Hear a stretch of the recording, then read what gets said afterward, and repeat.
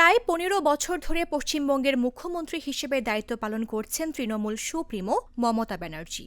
তবে এবার অনেকটাই টালমাটাল হয়ে পড়েছে তার মসনদ। বিধানসভা নির্বাচনের ভোট গণনায় এখন পর্যন্ত পিছিয়ে রয়েছে মমতার দল। পশ্চিমবঙ্গে এবারে নির্বাচনে ক্ষমতার পালাবদলের ডাক দিয়েছিল বিরোধী দল ভারতীয় জনতা পার্টি।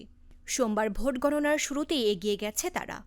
ভোটে হাড্ডাহাড্ডি লড়াইয়ের আভাস পাওয়া যাচ্ছে।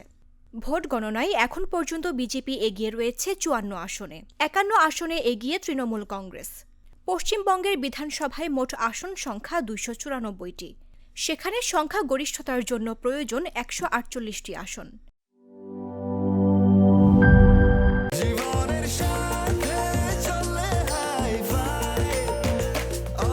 স্বাস্থ্যকর অল টাইম, সব সময় অল টাইম হেলদি লাইফ।